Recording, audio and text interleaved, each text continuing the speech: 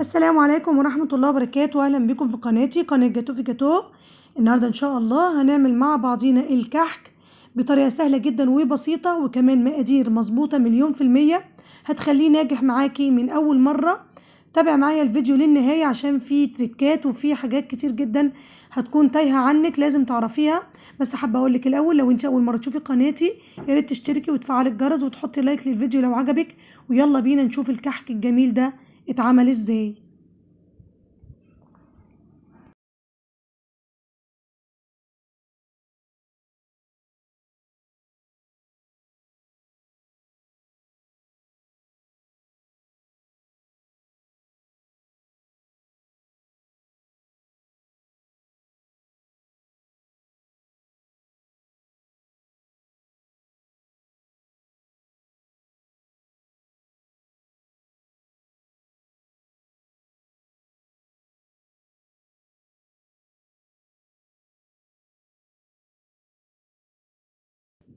اول حاجه كده في العجان انا هنزل ب 550 جرام من الزبده في العجان، وعليهم نص كوبايه كده تكون مليانه كده ومضغوطه، وهرميه من السكر البودر، يعني بما يعادل 100 جرام يكون سكر ناعم. وهنزل كده بالمضرب اللي هو الكف علشان بس تمتزج الزبده مع السكر.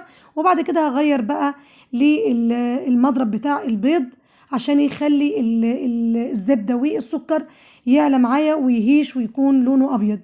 على جنب كده اجيب كيلو من الدقيق، ربع معلقه صغيره من الخميره، ربع معلقه صغيره من البيكنج باودر، ومعلقه صغيره من ريح الكحك، معلقتين كبار كده من اللبن البودر وممكن تستغني عنه، ورشة صغيرة من الملح. بمجرد كده ما الخليط يعلى معايا كده ويهيش ويبقى لونه ابيض، هنزل بقى بكل كمية الدقيق على خليط الزبدة والسكر، وهبتدي اضرب تاني كده بالشكل ده لغاية بقى لغاية ما يبقى معايا تحس ان هو عامل زي حبيبات الرمل بالشكل اللي انتوا شايفينه. طبعا انتوا ممكن تعملوا الخطوات دي كلها على ايديكي، مفيش مشكله. انا لما وقفت العجان ببص كده لقيته مش بيلزق في ايدي، لازم يكون بيلزق في الايد. فانت هتضربي كده تاني بالعجان لغايه ما تحسي ان العجينه طريت، يعني العجان دوت مجرد بس عامل مساعد مش اكتر. طبعا العجينه مشققه فمش هشتغل بيها على طول، لازم تكون العجينه طريه جدا جدا وتكون بتلزق في الايد. وانا هبسها بعد ما اعينها من العجان بالشكل اللي انتوا شايفينه ده بالطريقه دي. برضو العجينه زي ما انتوا شايفين كده حضراتكم برضو مشققه معايا.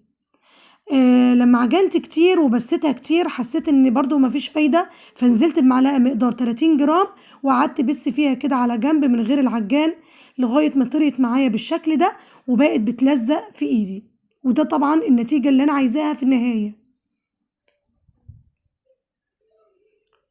لو انتوا واخدين بالكم لازم العجينة تلزق في ايدي كده، مش مشققة ولا حاجة وسلسة جدا وطرية. في الحالة ديت بقى انا هلم العجينة وهنزل عليها بربع كوباية من المية، لو انت حباها تكون الكحكاية تكون ناعمة شوية، يعني ما تكونش ناعمة وفي نفس الوقت متماسكة. دور المية هنا ان هي بتطول لك عمر الكحكاية، وفي نفس الوقت كمان بتخليها متماسكة مش ناعمة قوي. انا هاخد حتة كده واختبرها واشوفها كده البصامة هتبصمها تمام كده. العجينة مظبوطة 100% بالشكل ده. انا هحطها بقى في العجان واغطيها كده بكيس نايلون واشتغل بيها على طول، ومش هستناها طبعا تختمر او تريح، انا هشتغل بيها كده على طول. هجيب الصينية بتاعتي ومش هدهنها اي حاجة، وهجيب حتة حتة طبعا الحجم اللي انت عايزاه، يعني لو عايزة كحكاية كبيرة عايزاها صغيرة. وهبدر كده البسطامة شوية بالدقيق عشان ما تلزقش معايا العجينة، لانها زي ما اتفقنا طرية جدا بالشكل ده. هنعمل كذا واحدة مش مشققة معايا، ده الشكل بتاعها وكل الرسمة بتاعتها باينة وظاهرة. هنعمل واحدة كمان.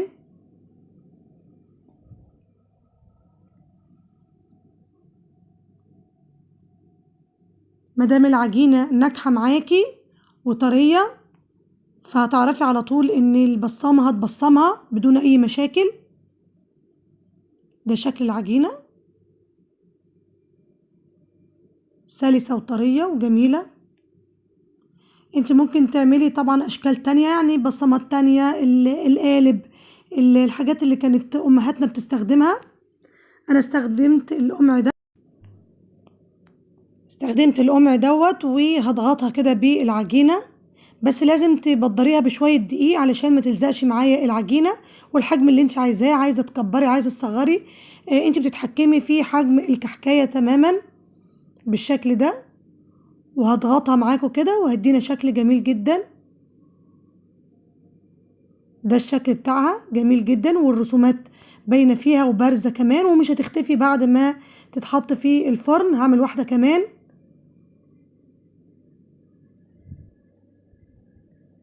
وهضغطها بالشكل ده هيدينا شكل الوردة دي، شكلها جميل جدا. انا عملت النوعين دولت، اللي هو النوع اللي هو البسطامة العادية خالص، والنوع بتاع المكبس ده. هندخله الفرن بقى في الرف اللي في النص على درجة حرارة 180 لمدة نص ساعة. لو انت عايزة الكحكاية ناعمة شوية ممكن تطلعيها قبليها ب5 دقايق او 10 دقايق، يا دوبك بس القعر بتاعها يحمر، وبعدين بتشغلي الشواية من فوق، هيديكي لون ذهبي جميل، وده بدون اي مؤثرات. يعني ده اللون بتاعها فعلا الطبيعي. وهتشوفوا دلوقتي لما تطلع من الفرن لونها جميل جدا وذهبي، وفعلا زي ما هي في الفيديو بالظبط، نفس اللون زي ما هي في الفيديو بالظبط. ده شكلها كده في الفرن، يعني ما الرسمة ما اتحركتش وما فرشتش معايا الكحكاية، وكمان الرسمة ما اختفتش معايا ولا حاجة. ده طبعا بسبب ان احنا مش مكترين لا الخميرة ولا البيكنج باودر، وممكن تستغني عنهم على فكرة، بس يفضل انك انتي تستخدمي قليل مش كتير. ده شكلها كده، ده بعد ما طلع من الفرن لونها ذهبي وجميل بجد. الطريقة اللي انا قلت لكم عليها ديت او المقادير دي بالظبط مظبوطة، تابعيها للنهاية ان شاء الله هينجح معاكي الكحك من اول مرة.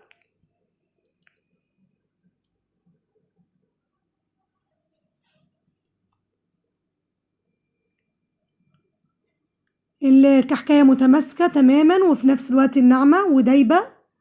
جربوا الكحك بالطريقة دي وبالمقادير دي، ان شاء الله ينجح معاكم من اول مرة. واذا عجبكم بقى الفيديو ما تنسونيش في اللايك، والسلام عليكم ورحمة الله وبركاته.